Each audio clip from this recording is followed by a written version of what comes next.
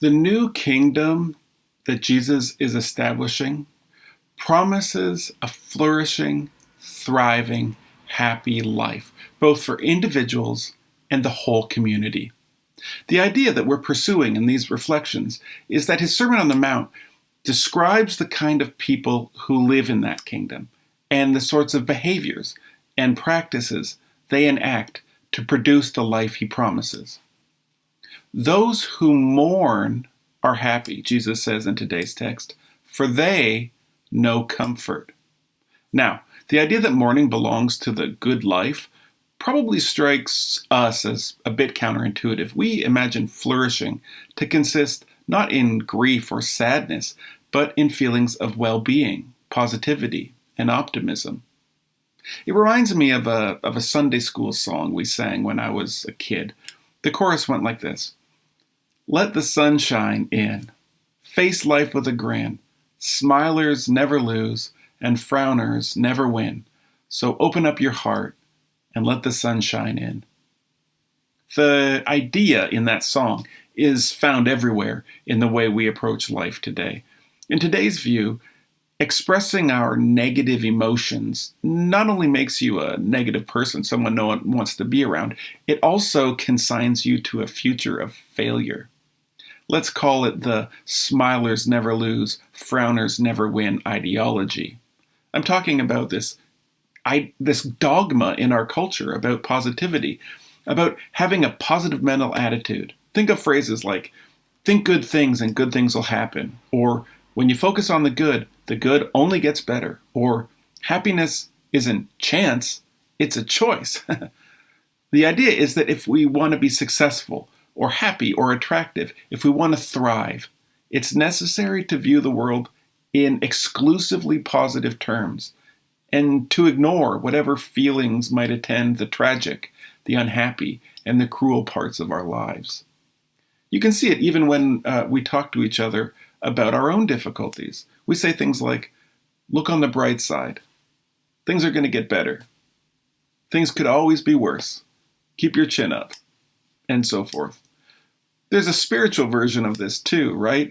God works all things together for those who love him, brother. Or count your blessings, not your problems. God's purposes are bigger, so have faith, right? And so on. What these expressions show, I think, is that we're actually not very good at dealing with the pains and hardships that life brings, which is strange, actually, because so much of life involves suffering.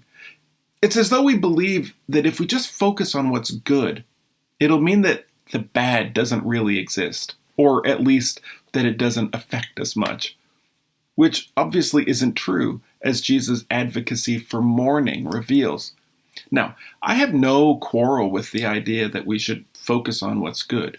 When bad things happen, even horrendous things, our lives remain full of wonder and beauty.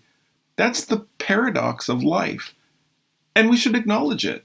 So, yeah, I think let's focus on what's good. But I want to suggest that acknowledging this paradox, focusing on the good, whatever, doesn't really help us know how we should face life's negative moments. That there are always good things to be grateful for, as far as I can tell, is basically irrelevant when put up against the negative experiences life throws at us. One has nothing to do with the other. But there's a deeper problem to the smilers never lose, frowners never win ideology. Refusing to acknowledge hurt and loss actually denies the good our positive outlook pretends to value. To see what I mean, you just have to take into account that what we call bad, what we refer to when we make judgments about negative values in our lives, relates to the way those things do harm to what's good, to the good things. What makes them wrong is that they damage some good in our lives, a relationship, the health of a loved one, our own health, our sense of safety, our physical well-being, or whatever. They leave us worse off. That's what makes them bad. And if that's true, it's not possible to focus on the goodness of things while also ignoring the badness of things, because it's the goodness of our goods in our lives that makes the badness of the hardships so difficult, which should mean that affirming the good things in life, being positive, actually it makes acknowledging the bad necessary. Or put differently, real, honest positivity that grasps the good, requires mourning. Otherwise, it doesn't actually care about those goods. It only cares about policing the emotional dynamics of our lives. I want to propose that maybe there's a different kind of positivity, one that's more mature, more truthful about life's negative moments, a positivity more in keeping with the vision of flourishing Jesus reveals.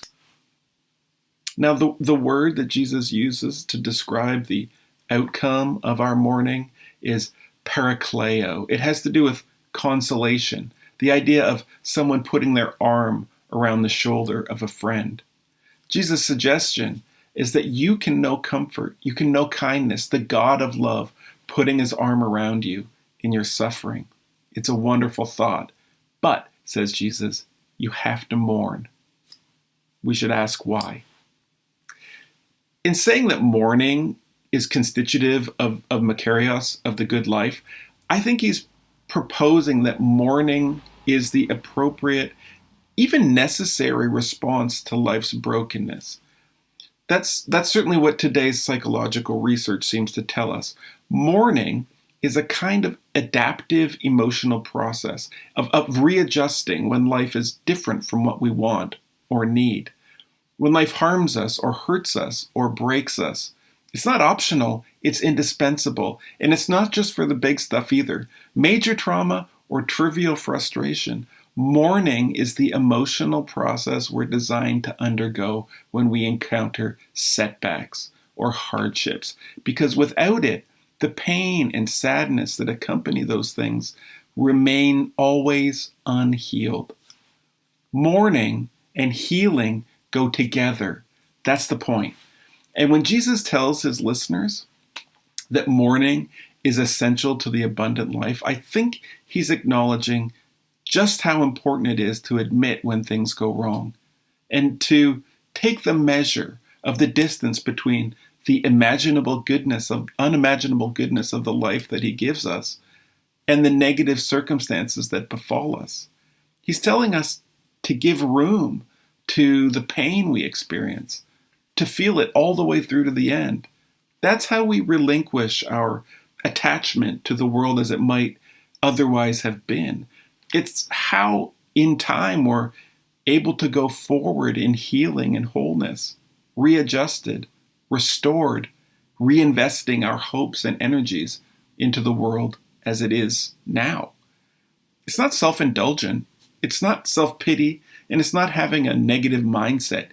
It's the process through which God created for us to heal and to adapt to the way the world changes, which isn't always for the good. But what about this promise of comfort? I have to tell you the truth. When I think back on my lowest moments, of my moments of mourning and grief, I don't remember feeling God's comfort. I recall feeling alone. Maybe you felt something similar. And as I've thought about it, I've concluded that there's a connection between Christ's promise of comfort on one hand and the kingdom practices we're exploring on the other. That being a follower of Jesus means being called to share God's comfort with those who mourn in ways that are tangible, present, incarnational. To belong to Jesus' kingdom, I think, means ministering God's kindness to those in pain, bearing their burdens as Christ's hands and feet to the world. The Apostle Paul drew this connection explicitly. He says in 2 Corinthians, "The Father of all compassion and the God of all comfort comforts us in our troubles, so that we can comfort others with the comfort we ourselves receive from God." In Paul's view, we, you and me, are the instruments God uses to minister God's comfort to the world. He comforts the world through us. And that should mean something for the way we live our lives. Jesus' new kingdom I want to say, is the place where we practice acknowledging the hurts and losses we experience in life, where we discipline ourselves to accept the truth of those hurts and what those losses mean. It's the place where we seek out ways of mourning that are appropriate, truthful. And it's the place where these practices result in healing, enabling us to emerge readjusted and ready to move on in hope. Or at least it ought to be. But to be so, the kingdom, the church, ought also to be the place that practices comfort, where its members bear one another up in their mourning, where we can practice raw, unvarnished honesty around the hardships we endure precisely because we are each committed to ministering God's comfort to one another through things like listening attentiveness, caring conversation, shared tears, a warm embrace, and patient support.